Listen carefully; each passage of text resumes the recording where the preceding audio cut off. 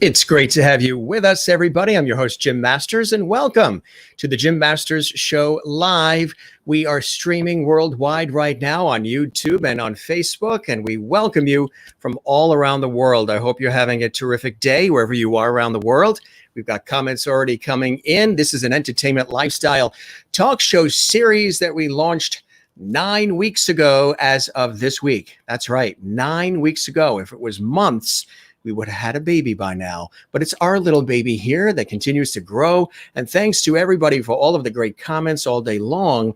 I've been getting Facebook messages and texts and emails and so much more about how people are really enjoying this lighthearted show that really celebrates light, levity, and love. That's what we talk about all the time here on the broadcast. Matter of fact, we sort of coined a new word that we're going to add to the English language when I had a Freudian slip about a week ago on the Saturday show. And I said, instead of light, levity, and love, I said light and lovity.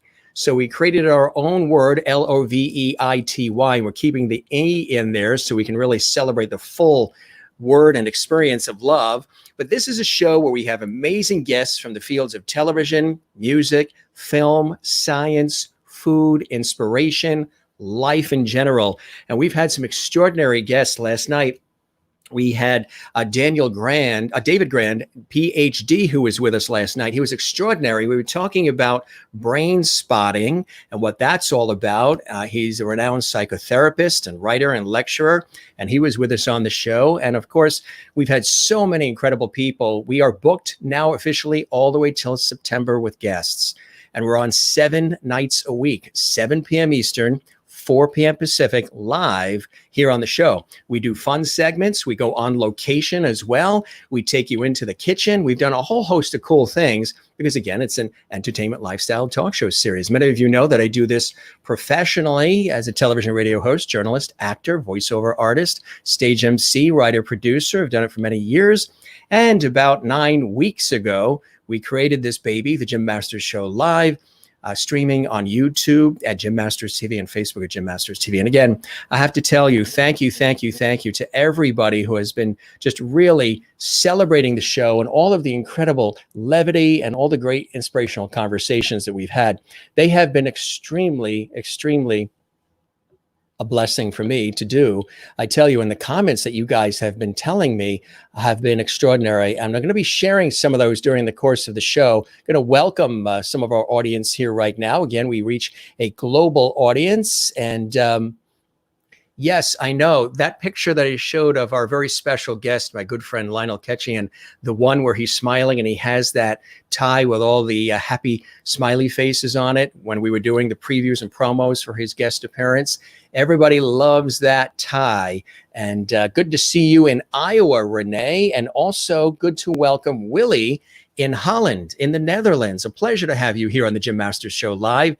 Hello, Jim. I'm back to enjoy the show. Greetings to my fellow fans. Absolutely. It's good to have you here. Margie Inman, she's here. Hi, Jim. Thank you for sticker with heart in the hand. I'm going to raise up for this one. You raised me up, Margie. That gave me a big smile on my face, and I am in my happy heart, motivated me to get a few things done. I know, appreciate what I can do, right? Focus on good things. Okay, I'm not perfect, and we are all in the same boat, letting go of ego and pride. God's not finished with me, and he doesn't give up on me. Beautifully said, Margie in Vancouver, Washington, USA. And Anne Harriskin, good to see you, Anne, as always, in Southern California there in SoCal. We welcome you to a phenomenal show. We've got our very special guest, Lionel Kechi, who's founder of the Extraordinary Happiness Club. He's going to be joining me in just a moment. And then later, we're going to do a special tribute to the beloved television comedy legend, Carl Reiner, who passed away last night, creator of the Dick Van Dyke Show and involved in so many incredible comedic productions. He was a comedy genius, TV comedy legend, writer, film director, father of Rob Reiner.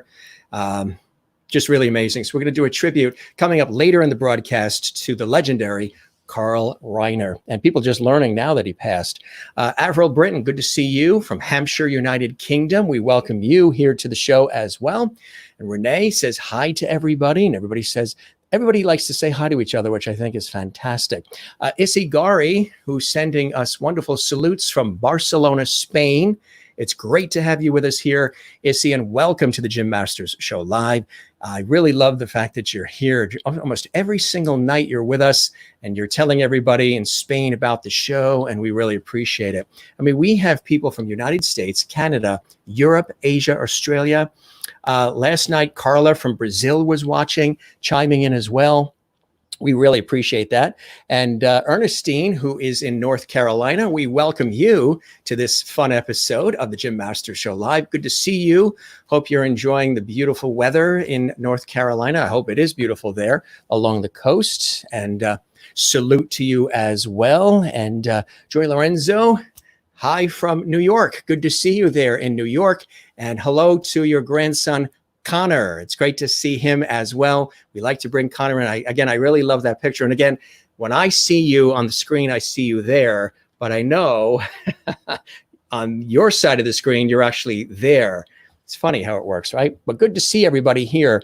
Again, my very special guest is Happiness Club founder Lionel Kechian. We actually met a number of years back at the PBS studios at Public Television. He had been there, and he brought in a good deal of his organization, and they were answering phones and taking public television pledge funding, which is very important, to support a wonderful special that Dr. Bernie Siegel did, and had an opportunity to be in the studio as host, interviewing Dr. Bernie Siegel.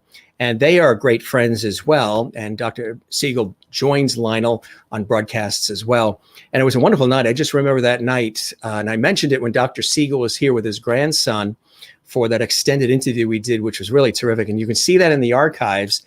If you go back in the archives, every show, all 9 weeks of our episodes are archived at Jim Masters TV on YouTube. So you can go to YouTube and you can check it out, all the episodes with all the great guests, all the fun segments, all the inspiration that we've been doing every night, 7 p.m. Eastern, for 9 weeks. And again, I thank you for spreading the word, hosting the watch parties, sharing the links, promoting it, inviting people. It's really tremendous. So we met at Public Television and have stayed in contact ever since.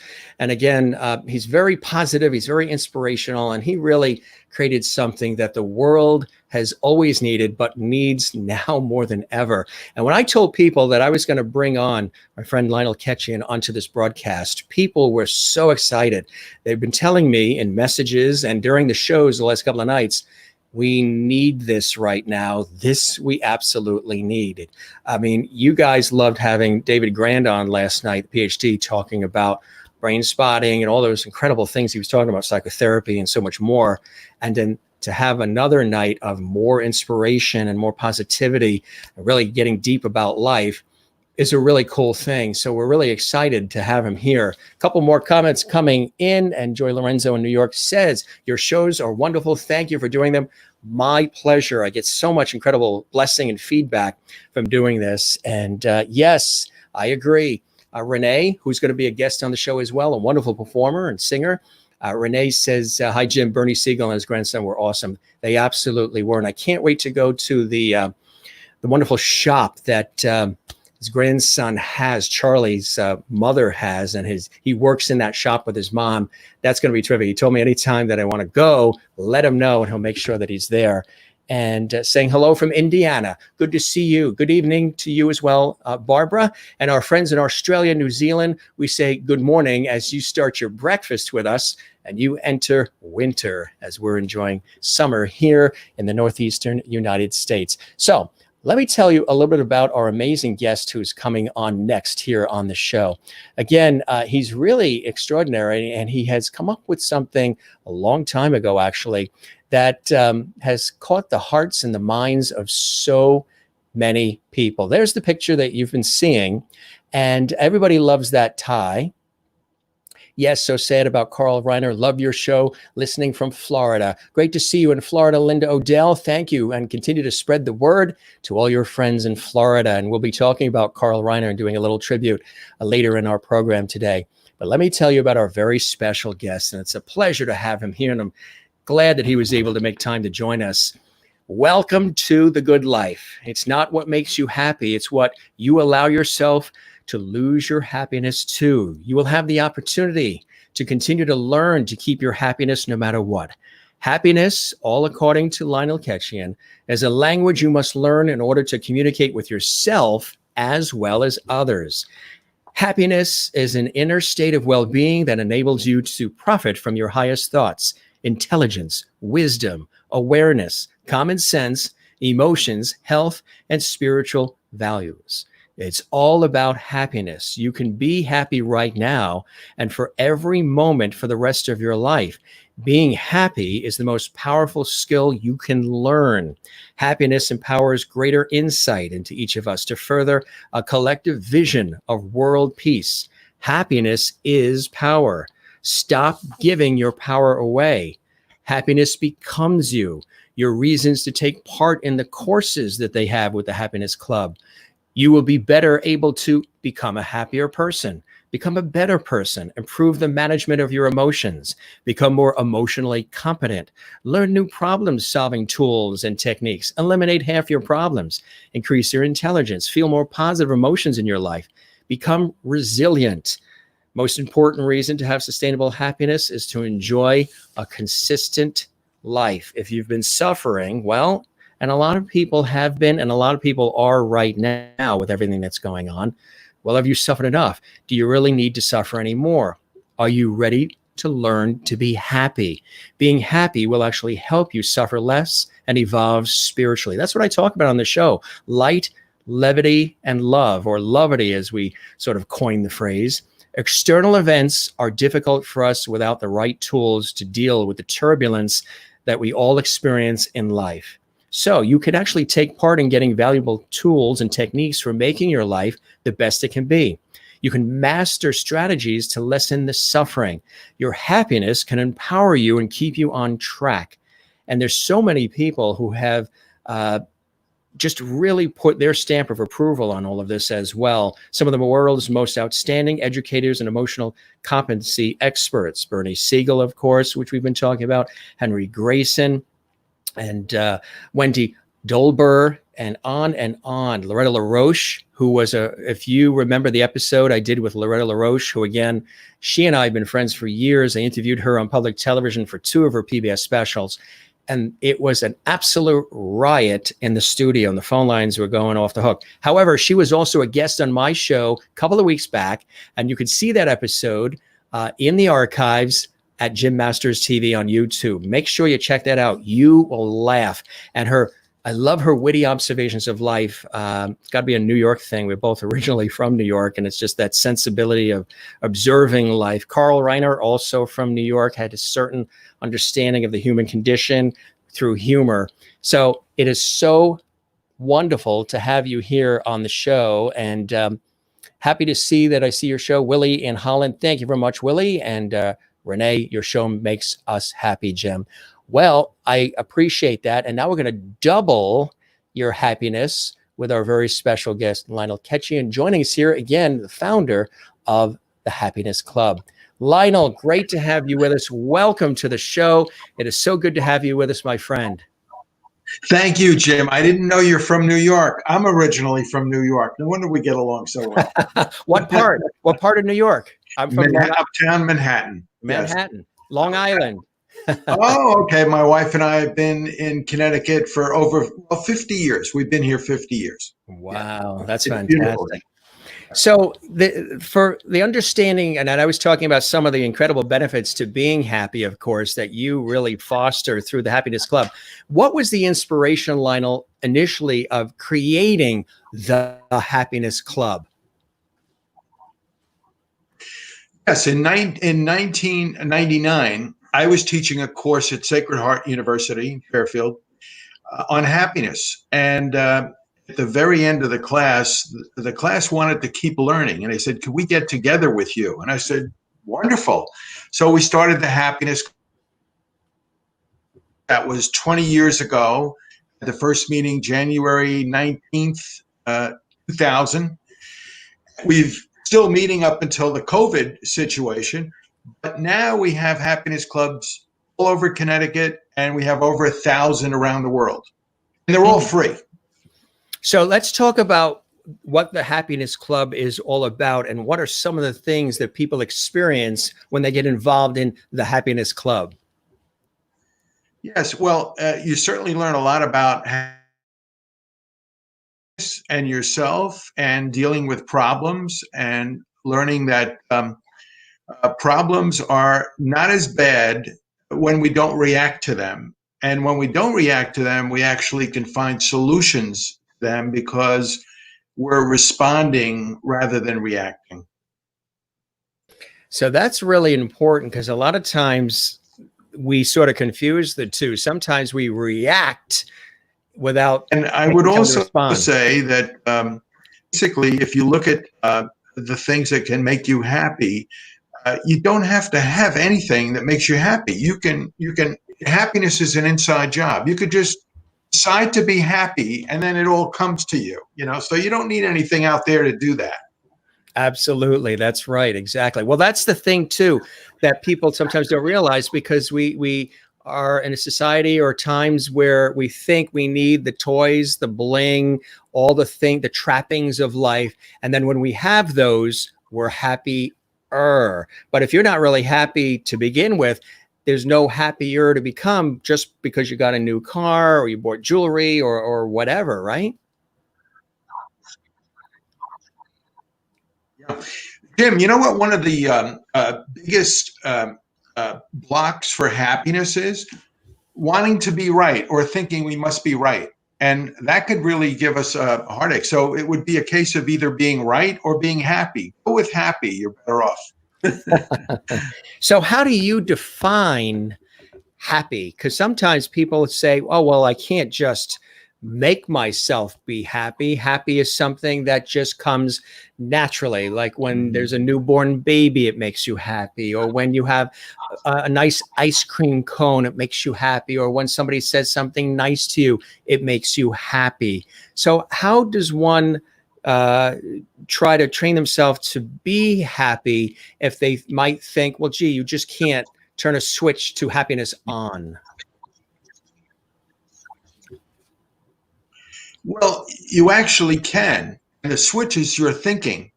So, and it's all about what you focus on. So that it actually a switch. You can either look at one thing or another, and it's like light or dark. So if you want to live in the dark, that's your choice. And it is a switch.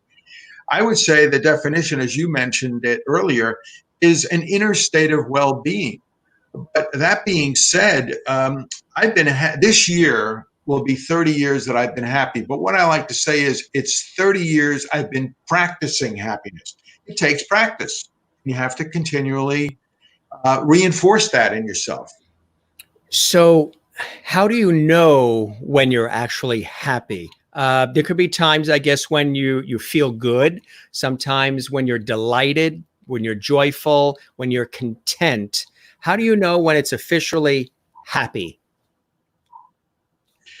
Well, I would say content all the time. The part about happiness is, for example, now that I'm on with you, I'm happy because I want to share my happiness with you. So people who are wondering how to be happy and have problems, I mean, I have problems, we all do. If you start thinking about someone else, like Jim, when I look at you, what is there not to be happy about? Not only that, I feel as though I am sharing my happiness with you and you're reciprocating. So we're flowing in that happiness. We're creating it together, and it becomes an energy that both of us are sharing.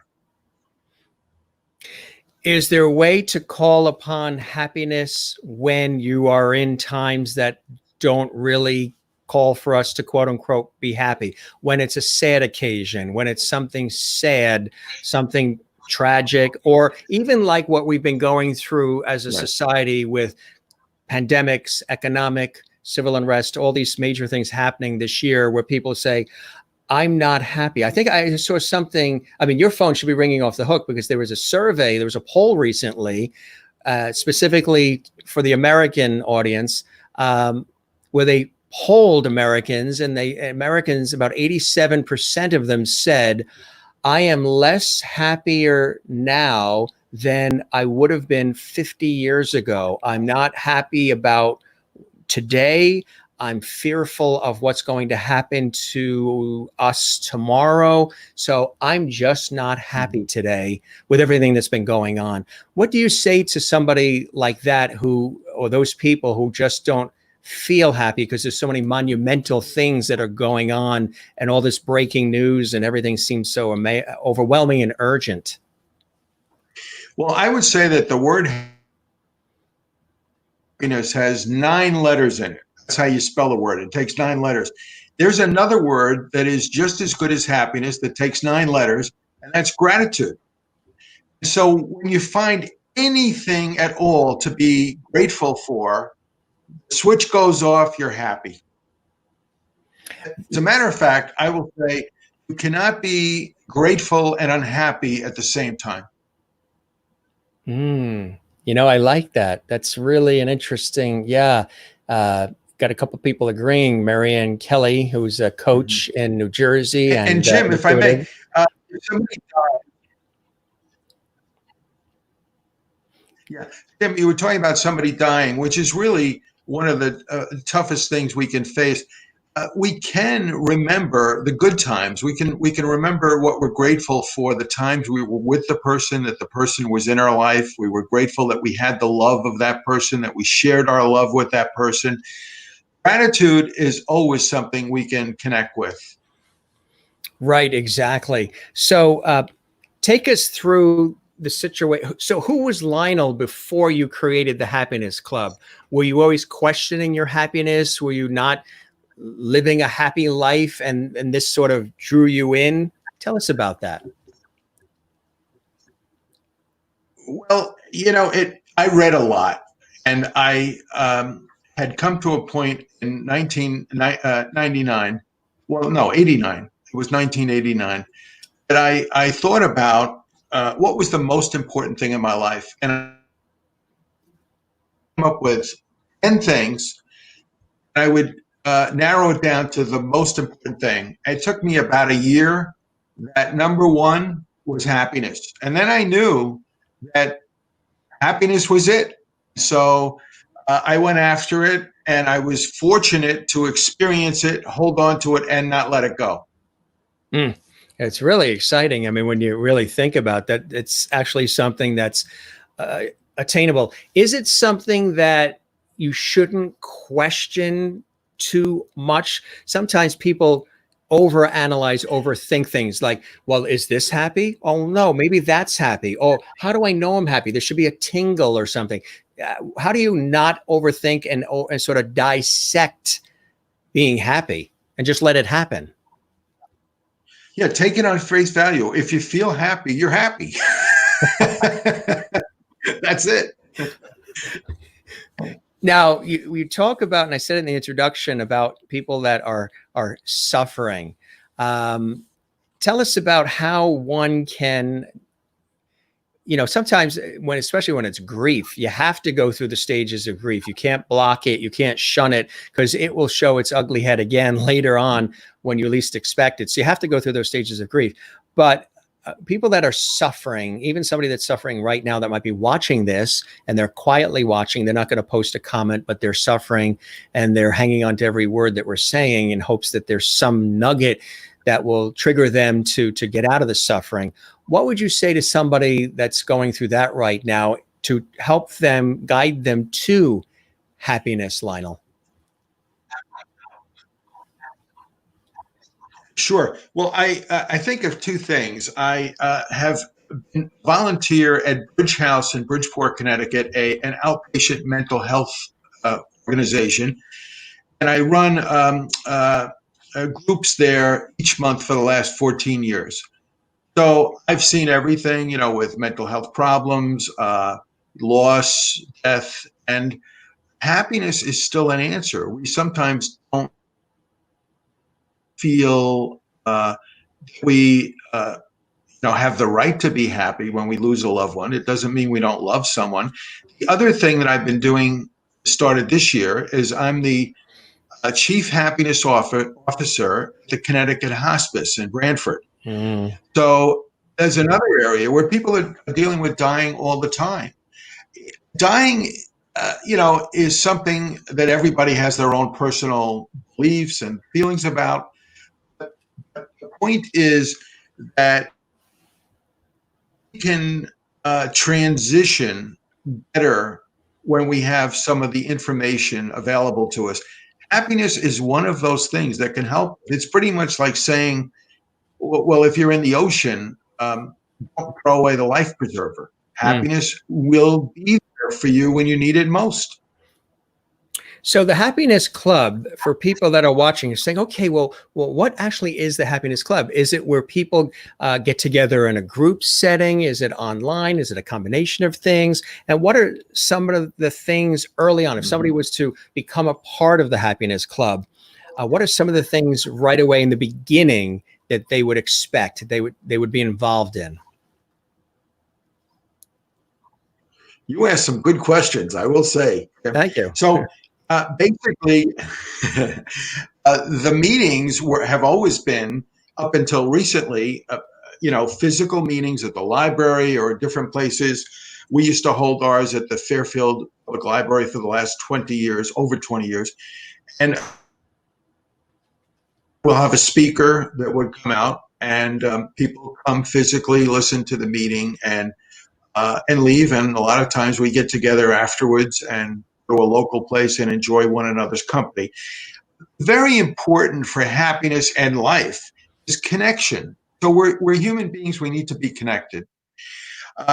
Lately, what's been going on with the COVID situation is we're doing teleseminars, telephone seminars. We do that every Monday, something called Happy You. Although we were running 2.5 years, it really came into its own now. We have people from around the country that tune in for 2 hours every Monday night. And we do Zoom sessions every Thursday evening.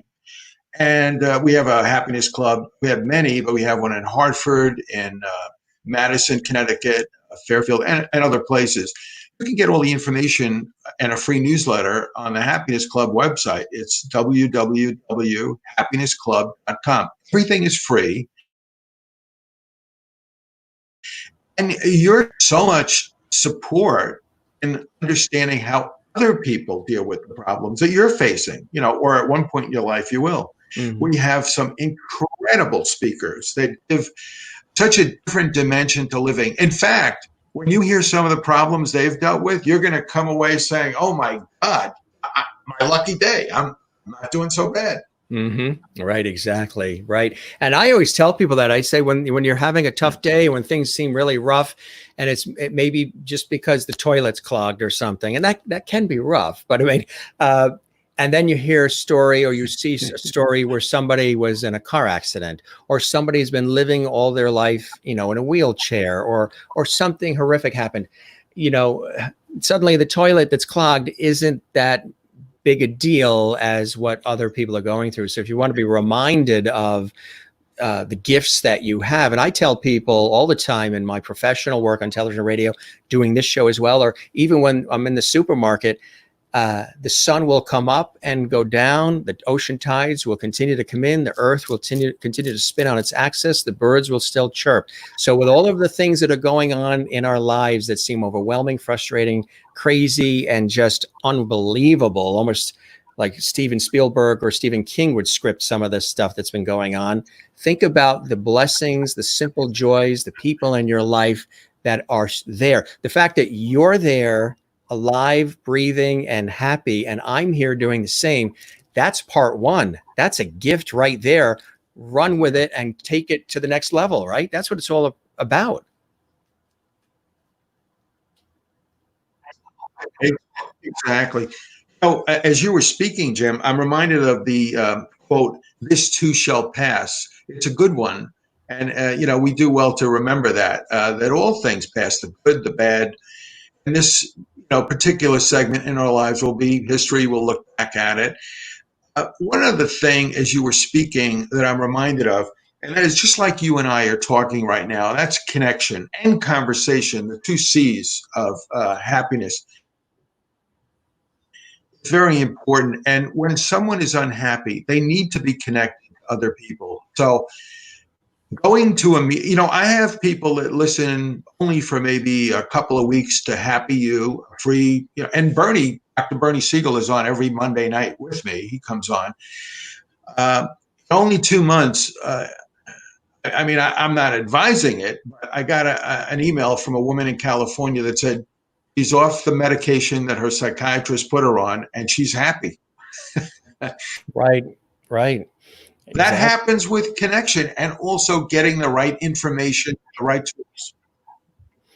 See, that's the thing that's important. Sometimes we forget that, right? That connection is essential. We were placed on this planet to be together. Now, I was saying, and I've said it a couple of times in recent episodes, I think I said it to Dr. Siegel as well, is that we're now socially distancing. We were not built and placed on the planet to socially distance. So, but we have to for our own health and well-being and that of the rest of the globe and our loved ones. I think we're starting to socially distance before the need to do it was placed. We had our heads stuck in our cell phones. Everybody just stuck on social media, watching what everybody else is doing, going to a restaurant, everybody's on their cell phones. Nobody's talking, nobody's communicating. Road rage and arguing and yelling and divisiveness. There's all this going on, chasing the buzz, chasing the bling, and forgetting about the things in life that really matter. So we were socially distancing already, and everybody was saying, well, where's the nice people? Where's the kindness? Where's the happiness? Where are the empathetic people? Everybody's complaining about that. Now we have to socially distance. Nobody likes doing it. And it's a little taste of what it could be like if we continued to go in the direction I think we were going in, which was quote unquote normal. And I'm saying, I hope we don't return to normal, because I hope we go to better, because normal wasn't so hot. Socially distancing. Yeah, I agree. I would refer to the word physical distancing and social connection. That's right. And you brought up the word, yeah. It's really the truth. You brought up the word kindness, and I'm glad you did, because happiness leads to kindness, and that's another wonderful aspect of it. And if you ever want to feel like you want to throw a party, all you have to do is throw kindness around like confetti, and you throw a party. You're going to feel so much better when you treat another person with kindness. In actuality, by being kind to someone else, you're doing yourself a big favor. So it could be said that being kind to someone else is the most selfish act in the world. Right. Absolutely. And do it as often as possible. Right. Exactly. Do you feel that we were we going in a direction of lacking empathy? Was there an empathetic shortage? And now people are realizing that. And maybe through all of this that we're going through with the pandemic, economic, and all the rest, there's a possibility, as this might be a big reset for all of us, that we could actually seize this opportunity and rise from the ashes more empathetic, more kind, trying to attain the happiness, trying to be loving one another more, and listening, which people weren't doing. Listen to one another, collaborate, create. All of this could really rise from everything that we've been going through collectively if we allow it to happen, right? Well, Jim, I think you're 100% right. And if you look at it the way you're putting it out there, it could be a very good thing for all of us, especially since we don't have too much choice over experiencing this. But where we do have a big choice is what choices we will make regarding the situation. I'll give you one thing that I did. Excuse me. I am going to be 70 here. I've got diabetes, and about 3 months ago, I kept hearing the news say, if you're over 60 or 65 and you're diabetes and you have this issue and that, you have a higher, chance of dying from COVID. So I thought about that, and rather than entertain the idea of fear, I thought, well, I don't have anything. I could be safe, which I've been doing. I can't do anything about the illness. But you know something? I do something about diabetes. And so I decided just about 3 months ago, no more sugar. So I gave up ice cream, cake, potatoes, rice, all of the white stuff. My blood sugar came down a lot. I would say I would almost say I have no diabetes anymore, but of course the doctor will pronounce me on that. I also lost weight. Now, I could say that I found the blessing in the curse, or say I found the silver lining in the cloud. We can all do that because when we're faced with difficulty in our life and we have no choice about it, we can always accept it and then decide from our acceptance, what are we going to do with the choices we do have? And you would be amazed how you change your life that way. Mm. That's amazing. It's a beautiful way that you put that, Lionel, because a lot of people, they get stuck in a certain place, and that place tends to be of fear. Everybody has this, and it's an innate thing. It's that fight or flight scenario where we get stuck in fear. So then we stay trapped, and then you can get angry and bitter. And that is going to point you, completely in the opposite direction of happiness, right? So, in fact, Jim, I've always said, and my writing has talked about the fact that the opposite of happiness is fear. And fear is a real problem for all of us. And when we're afraid, we're blocked. We're a deer in headlights, and not only are we not making the right choices, we're probably not making any choices. And so we've got to get away from fear, and we've got to get back to a rational thought process, which happiness can give us. So let's talk more again about the good life and how we can attain that through our happiness. Again, when somebody gets involved with the Happiness Club, how has it evolved over time from when you first started it so many years ago to what it has blossomed and turned into today, Lionel? Well, I'll give you one. The numbers have soared, clubs around the world and Connecticut and so forth. But also, happiness itself from 30 years ago, when I found out this is the way to live, has evolved. I mean, it's in school systems now and colleges. It's become a science. So it's unbelievable, the growth and the awareness. But let me give you another example of this social connection and benefit to all of us. We have something called the Power Lunch Group. We started a little over 4 years ago. We've been meeting for 4 years. We have a meeting tomorrow. It's not on Zoom. It's on a conference call. Even though we can't meet in a restaurant together for lunch, and that's about 40 people, we're still meeting and we're still connecting. So I would say, don't let anything separate from happiness and other people. Continue to stay connected. Think of doing good and being kind to others, and you will find your life is changes like you would not imagine. Because the greatest thing you could do is think of someone else. It really changes your life. And our biggest problem is as you said, we think too much, we overthink, and thinking correctly is the answer to happiness, because then we focus on the right thing. I would imagine too, Lionel, that forgiveness is part of that too. Sometimes it's very difficult to forgive those who trespass against us or those that we care about. But I've always heard that really learning to forgive is very liberating and can also lead to that happiness too, right? Absolutely. As a matter of fact, I just got an email from a professor at Stanford University, and we're going to get together on Zoom, but I recommend his books.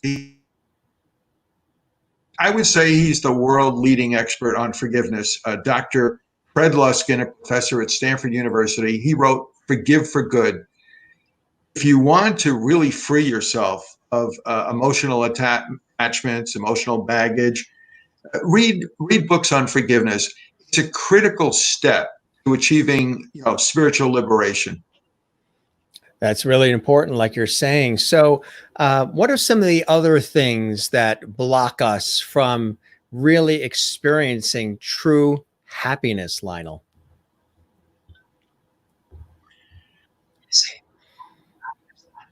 Self-pity will do it easily. People don't like self-pity parties. They don't come to a pity party. And we just have to realize that sometimes we're not given what we want. That doesn't mean that we can't deal with it. When we think we can't deal with something or we don't like it, in your reading, you said, get rid of half your problems. That was something that was on my website. How you get rid of half your problem? I'll give you a real quick illustration. You have a problem, right? You have a problem. And what you do is you don't like it. As soon as you don't like it, you take your other hand, which is not like unhappiness, and you put it over the problem, right? Let me put it that way. So that was the problem, and then you got your I'm having trouble showing it. There it is. Now you created a second problem with your unhappiness. You had a problem you didn't like, but now you created another problem that's unhappy.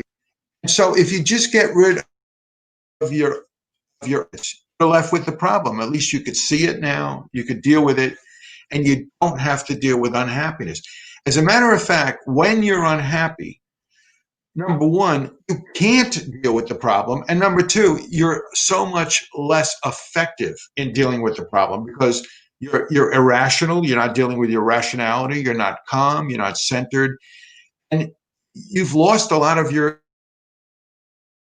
intelligence in trying to find solutions to a problem you're unhappy with. So if you really don't like problems, when you're happy, you'll still have problems, but you'll solve them. And that's the key. What I love that you say is that happiness is power. It could actually increase your intelligence, especially your emotional intelligence, and also foster resilience. I don't think a lot of people associate those things with happiness in the way that they really should, because they are terrific byproducts of being happy, right, Lionel? Yeah. And another thing, you mentioned emotional intelligence, but intelligence, IQ. If you're angry, you lose 30% of your IQ just by being angry. So when you're using your emotions the wrong way, you're losing your intelligence. So you're diminishing your ability to solve your problems. That's amazing. See, again, you're learning something new every day here on the Jim Masters Show. I want to show some of the comments that are coming in. We're really hitting a chord here with our audience, who are literally from all around the world. And here's some of the comments that are coming in. Marianne Kelly in New Jersey says, so true. Issy Gari in Barcelona, Spain, also agreeing with everything here. Margie Inman. Hi, Lionel. Happy you're here. I need to hear this. Margie's amazing. She's in Vancouver, Washington, and she's expressed to me personally on air and also in messages throughout the day off air that she experiences a lot of physical pain, and she deals with it throughout her day. And that when she watches this show, and she goes out of her way to make sure, she's on the West Coast, when she watches the show, whatever the conversations we have are, or whatever levity or fun segments or just different things that I've done on this broadcast, she doesn't feel the pain during the time we're on. It actually takes her mind off of her physical ailments and the pain that she's suffering from during the time she's having these interludes with our show as a viewer. I find that really amazing. Have you heard of that happening, where people can refocus the energy, and that fosters happiness as well and takes you away from physical pain? Absolutely, Jim. And you said refocus. You used the word I was about to mention. Another word for happiness, because some over the years have said they don't like that word happiness. They find something to disassociate with it. But word focus is really what happiness is. It's what you look at. So when she's listening to your program, watching this program, she's focused on something other than her pain. And that refocusing is what allows her to diminish that pain or even not experience it at all. And the only other thing I would say about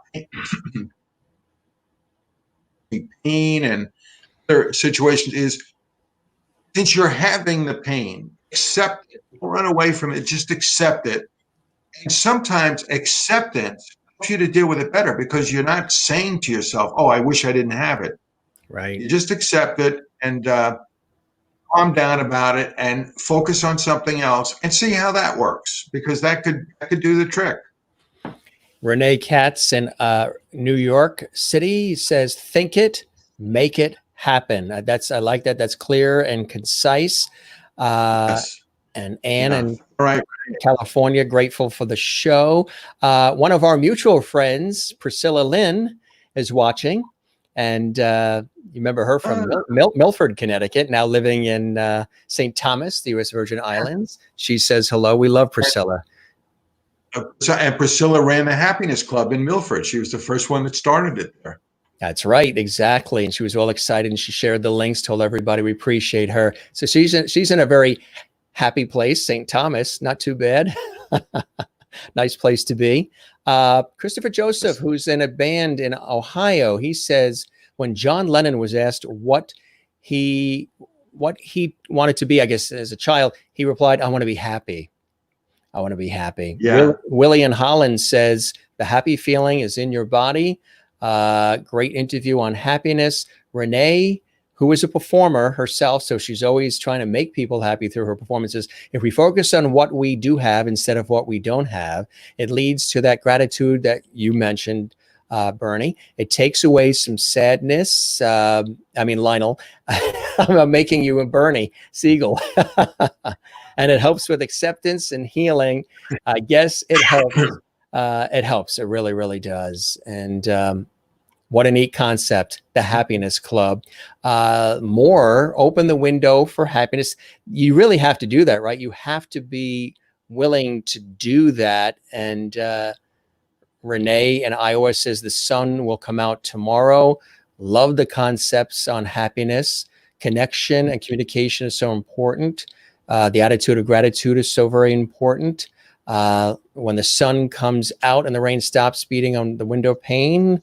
Silver lining, Priscilla says. Silver lining thinking equals happiness. Really, really important to think that way. Yes. Kathleen Walker in New York City. True, forgiving can be very satisfying and make you happy. Lionel, I like that smile face cup on the higher shelf behind you. There must be a cup that's the smile. He caught that. Yeah. Loving that. This is really good. That's Alice in California.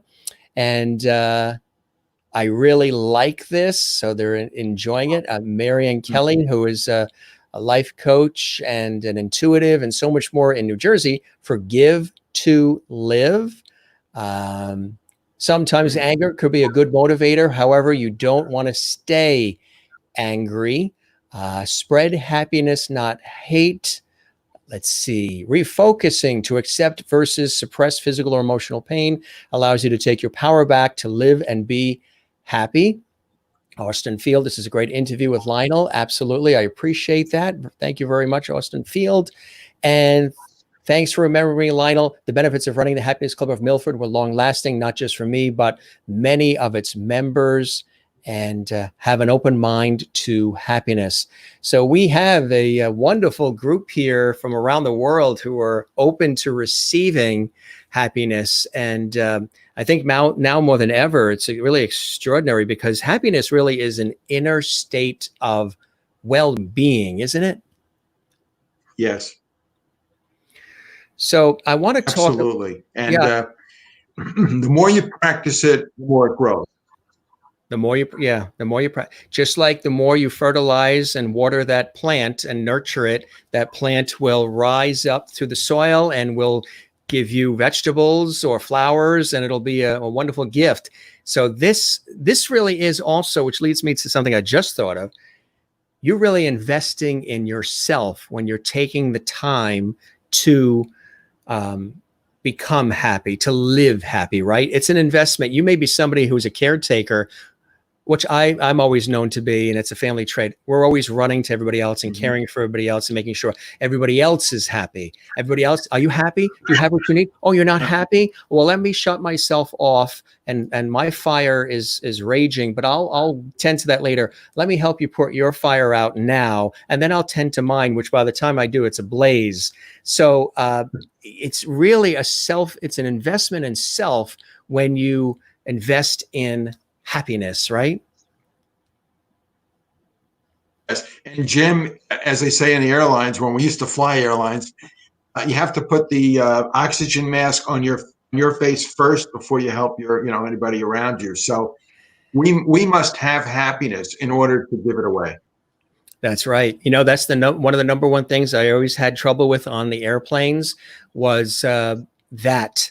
And I mentioned it on air, the fact that I always was of the ilk and of the upbringing that help thy fellow man first, then help thyself. So whenever I would hear the flight attendant say the oxygen mask might drop, put it on you first before you help others, my reaction was always help thy fellow man first, then tend to yourself. So it's not egotistical or selfish or greedy to grab the mask and have it yourself. But now I understand. And I'll tell you one day about my trip alone after a TV shoot. I had some extra time and I drove alone through Death Valley, some of the incredible things that had happened through that trip. One of them was the understanding that you have to put the oxygen mask on yourself first before you could put the oxygen on other people. And that's really, really important, right? Right. Absolutely. Because otherwise you're not, and that's a matter of being present and also being mindful. And so the more you can, because that's the other thing about happiness, it takes a highly conscious person to be happy. So you have to be aware of your thoughts and try and keep on track. Absolutely. Alice says, be happy and you can share happiness with others. And Ernestine Webb in North Carolina says, I needed these conversations tonight as I've had a bad day. Thanks. All the money in the world cannot buy happiness. That's true too, because sometimes, we are in an environment and a society that breeds, well, the buzz and the bling will make you happy. If you have the latest iPhone 492 and you've camped out in front of a store in a blizzard just so you can get that phone, you're going to be happy. But you're not going to be happy when the bill comes and you're drenched. So it's a temporary, that's another thing too. Instant gratification can be confused with long-term happiness, right? And it can be confused in an incorrect way. Just like a pleasure and happiness, short-term pleasure isn't long-term happiness. Absolutely right. Yeah. And, you mentioned money. Happiness actually is a currency. And we think, we want to pick up a penny or a nickel or a dime, certainly a dollar. But how often do we ever stop when happiness crosses our path and stop and realize that we just got something very valuable? So don't mistake currency of happiness for being just a whimsical thing. It's as real as anything and is worth just as much or more than money is. Because truth is, if you're a happy person, you have to making more money in your life. And that's why at Harvard, Blanchard started teaching the highest attended class at Harvard in 2009 on happiness, because all those smart students who learn more about happiness have the ability to make more money by being happy. Right. So it all ties together as well. So the club itself has grown, and again, it's become a worldwide situation for the Happiness Club, right? Yes, exactly. Yeah. You know, I think one of the wonderful things about the club is we usually have somebody who leads the club. We call them facilitators. But these are some of the greatest people in the world. They're people who give their time, effort, energy to sharing happiness concepts with other people. And for example, Tina Garrity in Madison, Connecticut, has been running her club for 14 years now. Wow. So this isn't this isn't an overnight success. It's something that has been with us for over 20 years and growing. The people that are involved in these clubs are some of the most incredible people you'll ever meet. And as far as I'm concerned, the people that I've met have been the greatest thing I have had in my life because of this work I've done with happiness. The people have been a godsend. Now, somebody watching might also say, well, gee, there must be a prerequisite in order to become a part of the Happiness Club. Like they have to stroll in like Dick Van Dyke and just be happy. Or there might be others who are saying, well, gee, is it something like a grief group where people are all unhappy and then they become happy? Tell us a bit about some of the differences and how it actually works. Yes, it works that way too. You could be unhappy. You could have lost a loved one. I've had many people who did go to grief groups, and they came to happiness club meetings. And what they told me they learned was that the past was the past, and they could let that go. Still love the person they lost or had in their life, and turn around and make the decision to choose happiness in their life. And their life changed as a result of that. I even met a man, a 90-something-year-old man at a Westport Happiness Club we had at the time. And he had said that he just lost his wife just a month earlier, which was a number of years ago. They were married for like 70-something years. And he started crying. And instead of consoling him, I told him how incredibly strong that I thought he was. And the reason for that was here he just lost his wife of so many years, comes to a meeting a month later, and I said, congratulations to you that you come to this meeting. You're allowing yourself to be surrounded by all these people.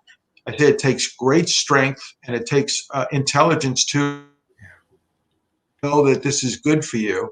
And he appreciated it, and he really responded. Happiness is so simple. Life is complicated. Happiness is simple. I didn't say it's easy. I just said it's simple. So if we start practicing it, we're going to find out how well it works. That's right. And the Happiness Club is there to help guide you. And I think that's really important. If people want to learn more about how they should stop giving their power away too, because that's an important part. How do we actually give our power away, Lionel?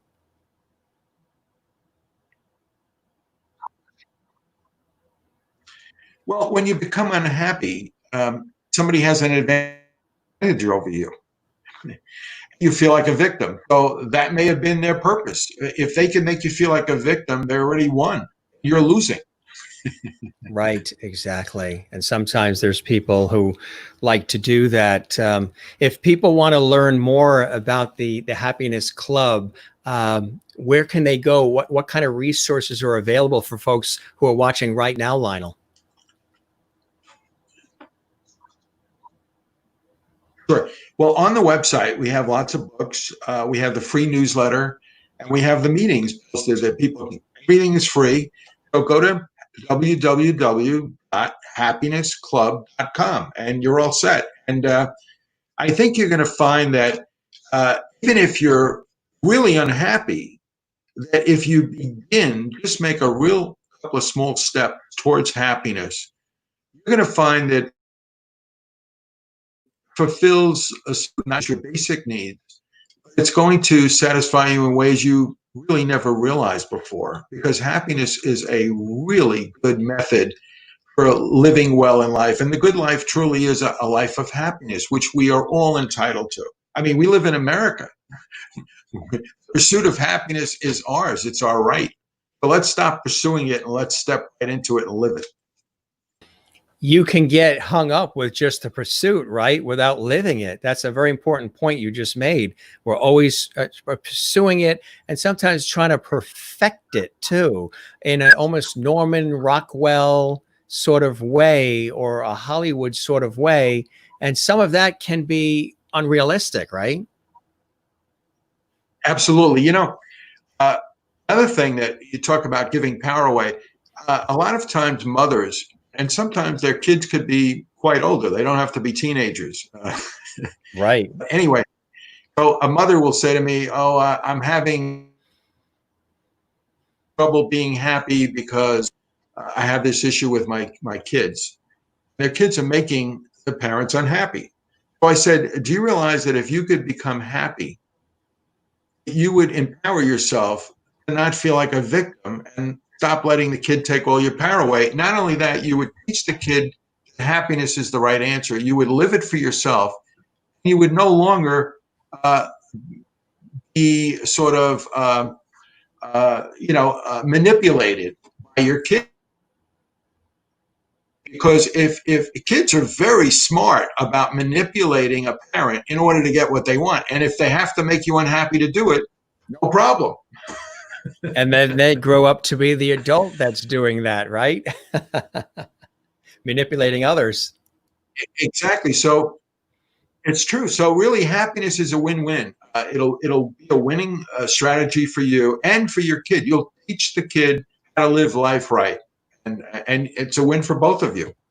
So to start out early is really a cool thing. I mean, is the Happiness Club, is there an age range for people in the Happiness Club? Is there a Happiness Club for youth and younger folk as well? We had the first Happiness Club in the United States at Brian McMahon High School in Norwalk, Connecticut. So that was a wonderful, first step. And we had the first Happiness Club in a university at Columbia University back in 2003. Now there are happiness clubs all over the United States at universities. So my dream at its beginning would be to see happiness being taught in schools, because we need this kind of emotional intelligence. Right. The LG Corporation, my phone happens to be an LG, but LG Corporation out in New Jersey devoted millions of dollars for happiness clubs to be started in high schools.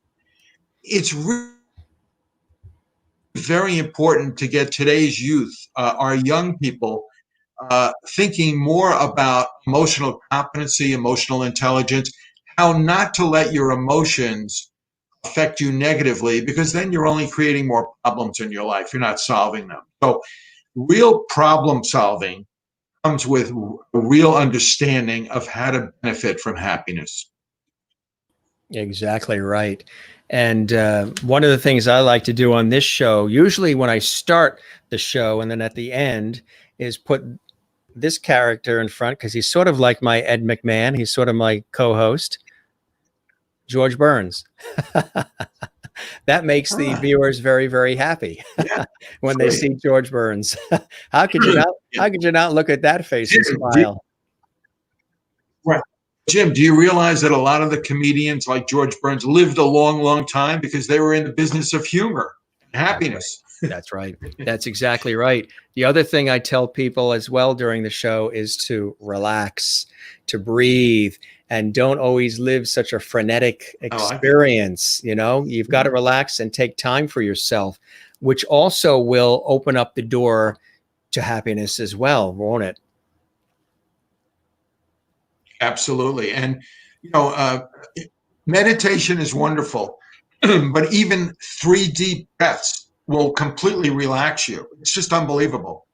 Yes, I tell people you're right. From the diaphragm, don't hyperventilate, which we're all doing is the hyperventilation, running, panicking. It's the diaphragm, which is really important. Well, this is really wonderful. And I encourage people to go to happinessclub.com to learn more. You started something really beautiful and very impactful and joyful and happy, Lionel. And I'm sure the feedback, when you get feedback from people who tell you how much your work and your study and your expertise and the colleagues that you bring in who are also experts in life as well, that you love to surround yourself with. When you get feedback from people about how much the Happiness Club and all of this work has really impacted people's lives in such a beautiful way, it must make you happy. Happy. Yes, it does. Yeah. That's the bottom line. And, the other thing, I started a TV show called The Happiness Show that's still on cable television. And I started that, it was about 18 years ago. So we have done everything possible to change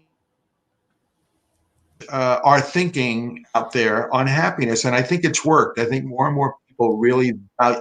The whole thing comes down to one thing. If you value something like money, if you value money, you will go after it. You'll get it. If you value happiness and you see the value in happiness, that's all you need to do. Value it. Exactly right. Exactly right.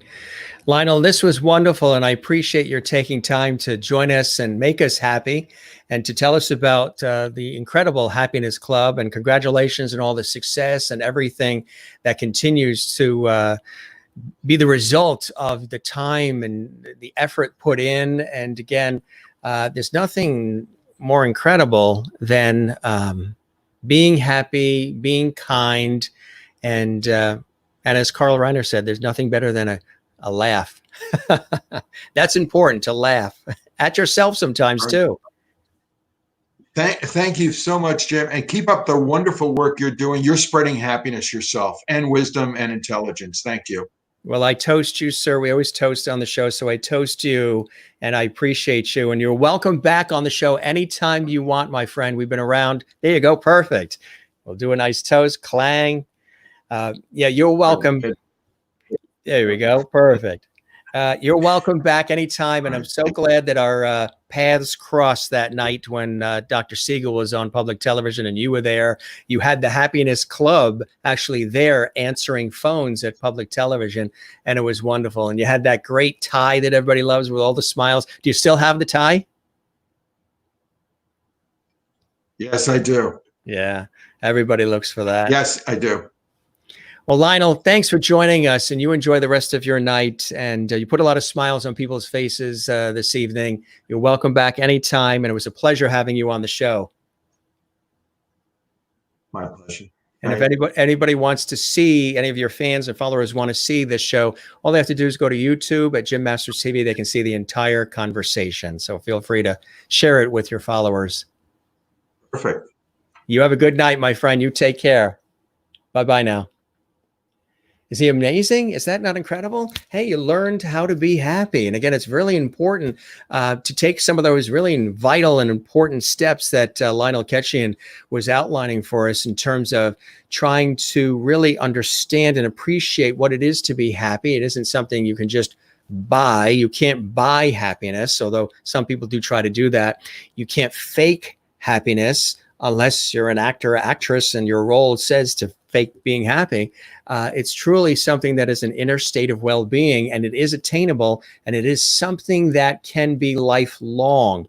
Well, does that mean that life's going to be perfect? Does that mean every day is going to be roses and sunshine and lollipops and ice cream? No way, because the world keeps spinning and things keep happening, and life doesn't always stay the way we think. Life, isn't always a constant, but there are constants around us that can facilitate happiness as well. Again, if you want to learn more about the Happiness Club, by all means, there's, branches all over the country, all over the world. You can go to happinessclub.com.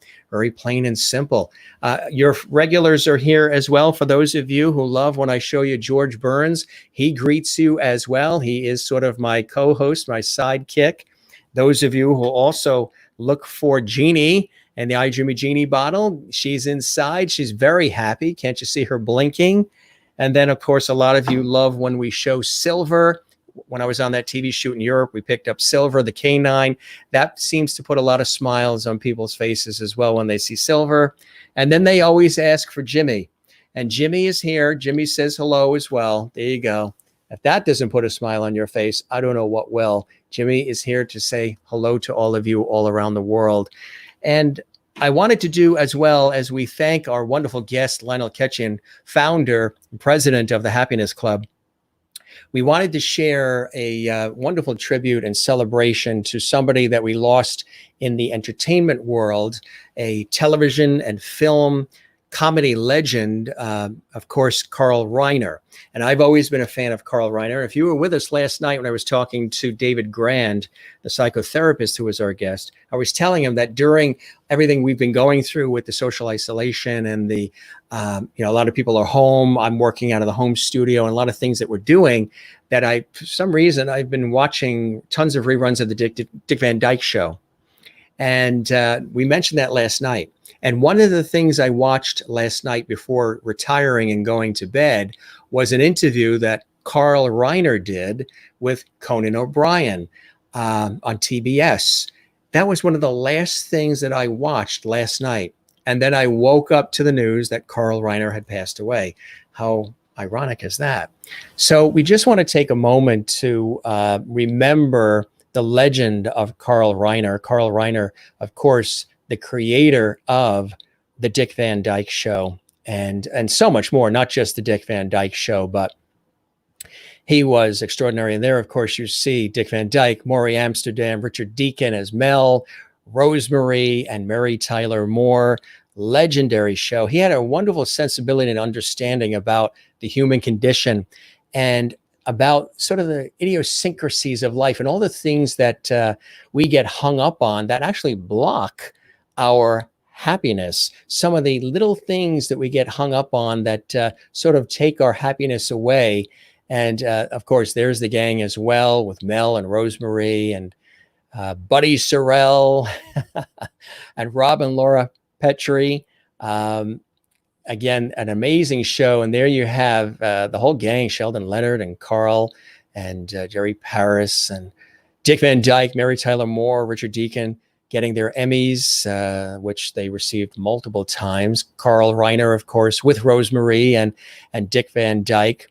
And again, I want to just tell you a little bit more about Carl Reiner, extraordinary individual. And of course, there he is with his incredible son, Rob Reiner, who was another beloved actor and producer and film director. Much love in the Reiner family. And the Dick Van Dyke Show was actually based on his own life as a television writer, growing up in New Rochelle, New York. There's a scene from the Dick Van Dyke Show with Maury Amsterdam and Dick Van Dyke as well. And here's another shot when they did the Dick Van Dyke Show Revisited. And there's Rosemary and Dick Van Dyke and Mary. And there's Larry Matthews, who played Richie. And there's Millie, played by Ann Gilbert. And there's Jerry Van Dyke, who's Dick's brother, who we lost not that long ago. And of course, Carl Reiner as well. Love this shot of Carl Reiner. So, we're celebrating Carl Reiner this evening in this Jim Master Show live tribute. He was born March 20th, 1922, and just passed yesterday, Monday evening, June 29th, 2020. An American comedian, actor, director, screenwriter, publisher whose career spanned 7 decades.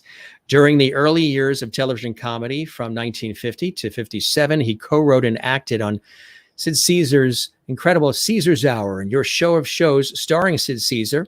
In the 1960s, Carl Reiner was best known as the creator, producer, writer, and actor on The Dick Van Dyke Show.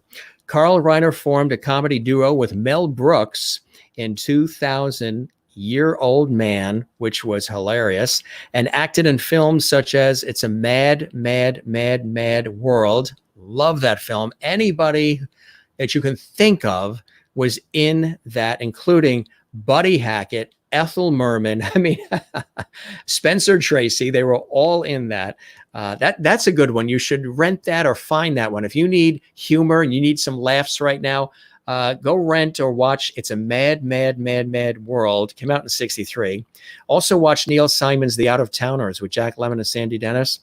Also, he was in The Russians Are Coming in 1966, the Oceans film series 2001 to 2007.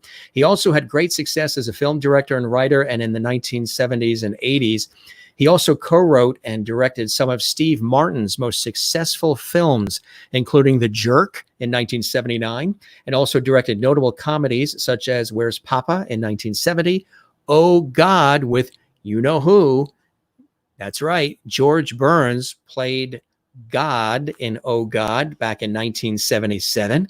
Also, All of Me in 1984. Over his long and illustrious and distinguished career, Carl Reiner won many awards and honors, including 11 Emmy Awards, a Grammy Award, and the Mark Twain Prize for American Humor.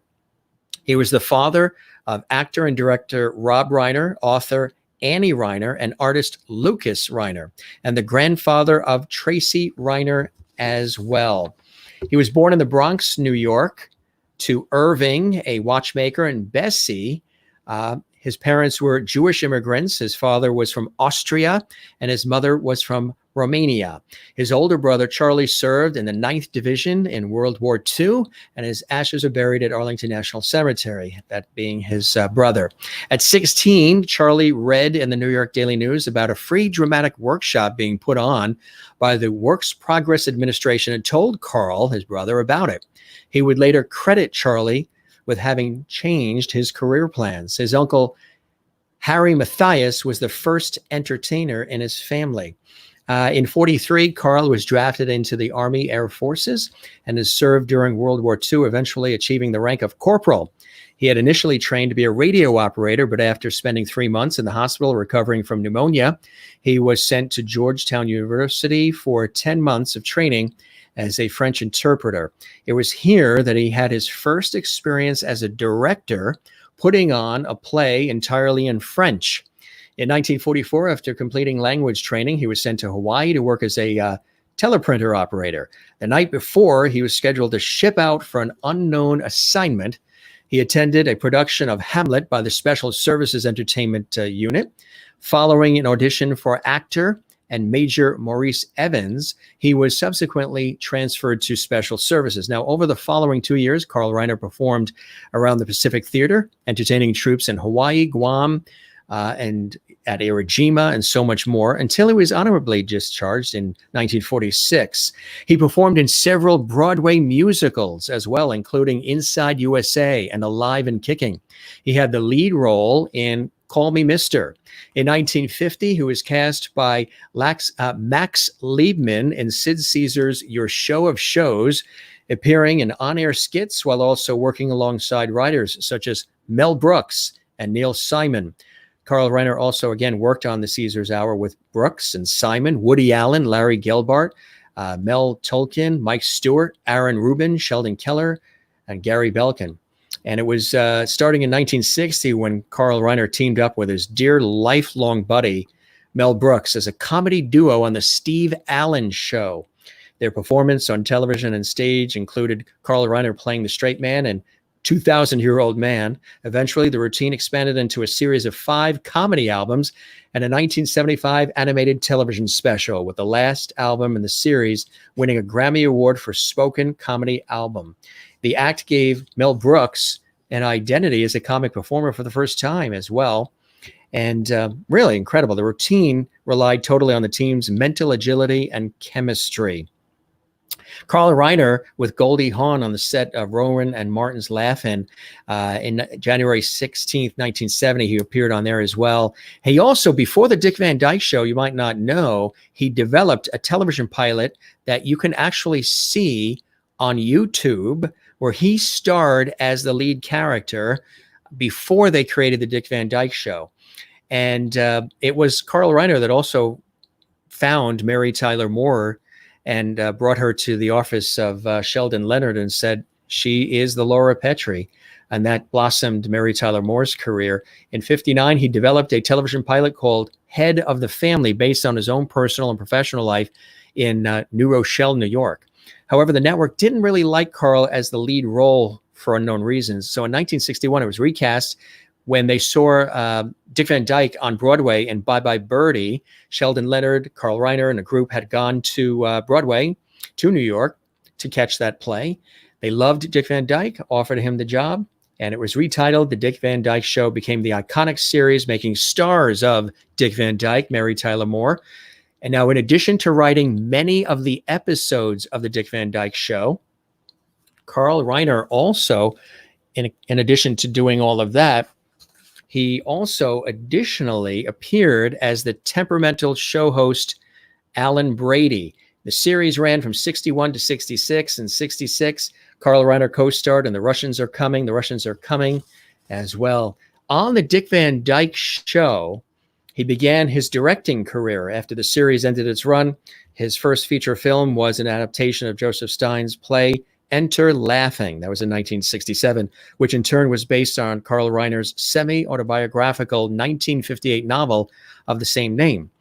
Balancing directing, producing, writing, and acting, Carl Reiner worked on a wide range of films and television programs. Films from his early directing career included Where's Papa, Oh God, The Jerk, and some of the other ones that we had mentioned earlier as well. In one of his memoirs, he writes, "Of all the films I directed, only Where's Papa is universally acknowledged as a cult classic." A cult classic, as you know, is a film that was seen by a small minority of the world's film goers who insist it's one of the greatest, most daring, and innovative moving pictures ever made. Where's Papa was made in 1969 for a little over $1 million, and according to the last distribution statements, it would not break even until it earns another $650,000. Really amazing career that he's had, and we've really been blessed with his comedy and his understanding of the human condition. He had a large role in the early career of Steve Martin by directing and co-writing 4 films for the comedian as well, and those include The Jerk, as I mentioned, also Dead Men Don't Wear Plaid, The Man with Two Brains in 1983, and All of Me in 1984. Carl Reiner also appeared in both The Jerk, playing a version of himself, and Dead Men Don't Wear Plaid. In 89, he directed Burt Rigby, You're a Fool, in 1990. He narrated the grim children's story, The Musicians of Bremen. And that was for a CD of classical music as well for children. He did that as well.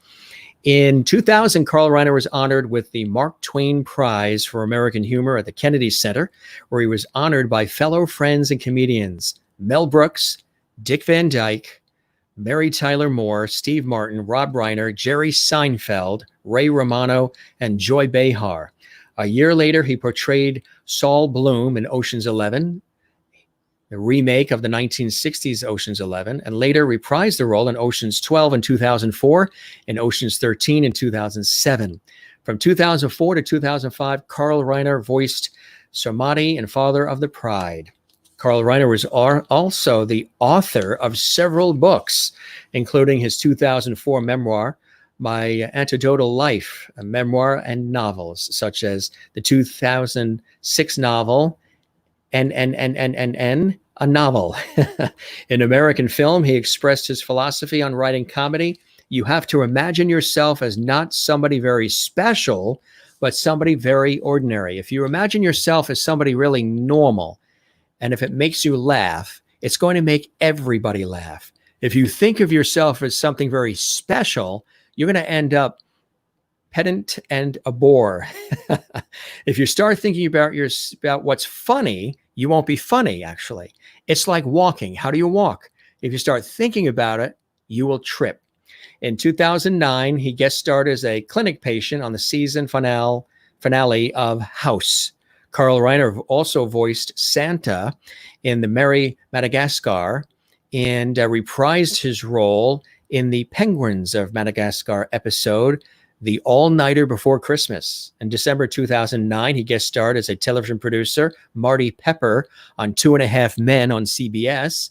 In June 2010, Carl Reiner guest starred in Hot in Cleveland as Elka's date, and he reprised the role in July. He also made appearances in The Cleveland Show as Murray and wrote the story for the episode Your Show of Shows, named after the program that started his career. In October 2013 and January 2014, Carl Reiner reprised his role on Two and a Half Men. In 2012, Carl Reiner appeared as a guest on Jerry Seinfeld's show, Comedians in Cars Getting Coffee. They talked at a diner about his comedy career, and Carl Reiner invited Jerry to come and have dinner with Mel Brooks and himself. According to Carl Reiner, every night Mel Brooks heads to Carl Reiner's house to eat. They watch Jeopardy, he tapes it, and they watched movies together. The one rule for movies, it has to be one where somebody says, secure the perimeter or get some rest.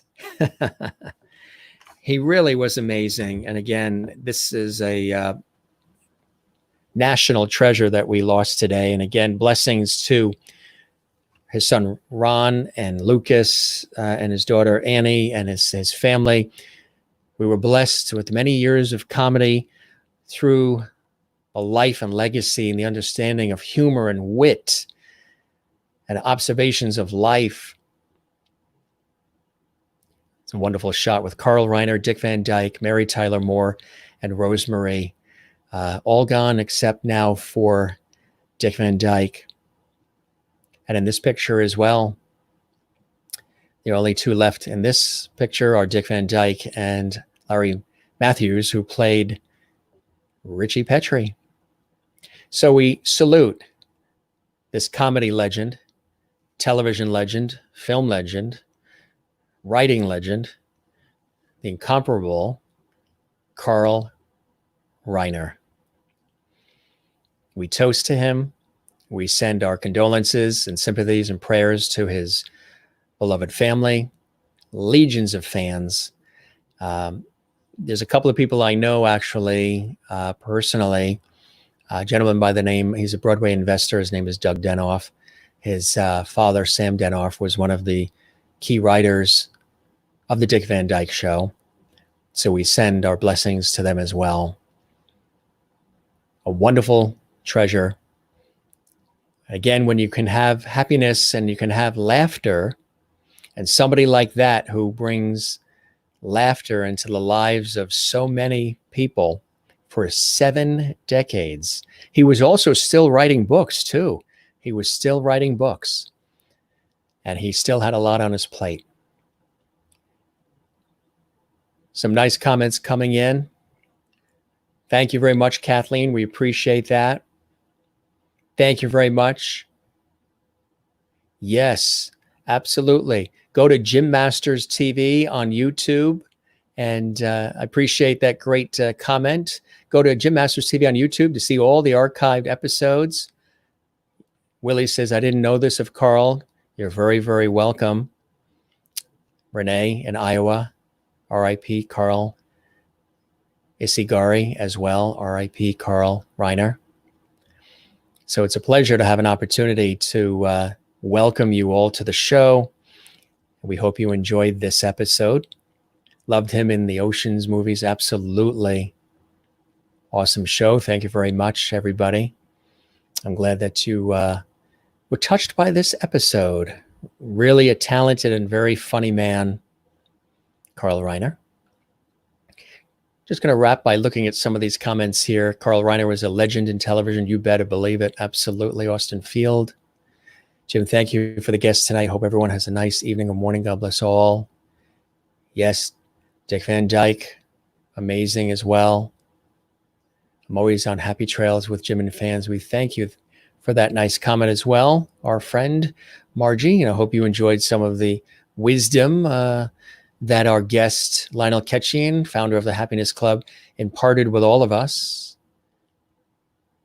And again, we say thank you. Thanks for joining us on this episode of the Jim Masters Show live. We'll be back tomorrow night. And tomorrow night, we have a wonderful guest, singer, songwriter, and actress, Olivia Clark.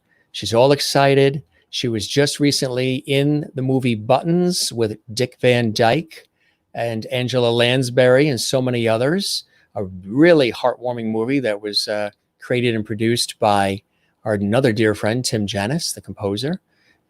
We really appreciate that. Thanks for staying up with us in Holland, 2:33 a.m. there. Good night, everyone, and bye-bye. We will be back tomorrow live at 7 p.m. Eastern, 4 p.m. Pacific. If you'd like to see any of the past episodes of the show, just go to the YouTube channel, Jim Masters TV. You can see all the episodes there. You can subscribe to the channel if you like as well. And that's at Jim Masters TV, and like the Facebook page. And again, we're here 7 p.m. Eastern every night, 4 p.m. Pacific nightly. Feel free to share the links, have watch parties, spread the love, be happy, love one another. You too, Kathleen and Renee. Thanks, Jim, for your show tonight about happiness and a tribute for a man that made us happy. Sort of a real running theme about happiness tonight on the show. For all of us here, we thank you very much for joining us on this episode of the Jim Masters Show Live. Again, we appreciate our very special guest, Lionel Kechian. We celebrate comedy legend Carl Reiner. And we say thank you for watching the Jim Masters Show Live. We'll be back tomorrow night right here for all of you with our special guest, actress, singer, songwriter, Olivia Clark. She's amazing. I usually see her when she's on stage at Carnegie Hall for these holiday concerts and specials that Tim Janis puts together, which are beautiful. For all of us here, you take care. We'll be back tomorrow night. We'll end with these beautiful, serene shots of candles. Something to ease any sadness that you may have. Maybe put some smiles on your face. All right, everybody. Jim Masters signing off. Have a good night. Love you all. Continue to share the links, spread the word, tell everybody about our show. We're going to have a fun show tomorrow night with Olivia Clark joining us. And then on Friday, actor, television, film, and commercial actor Danny Bolero. And he is fantastic. He's with us Friday night. So good shows coming up. You take care. Love you all. Thanks for watching the Jim Masters Show Live on YouTube and Facebook at Jim Masters TV. Have a good night. Thanks for being with us. Bye-bye.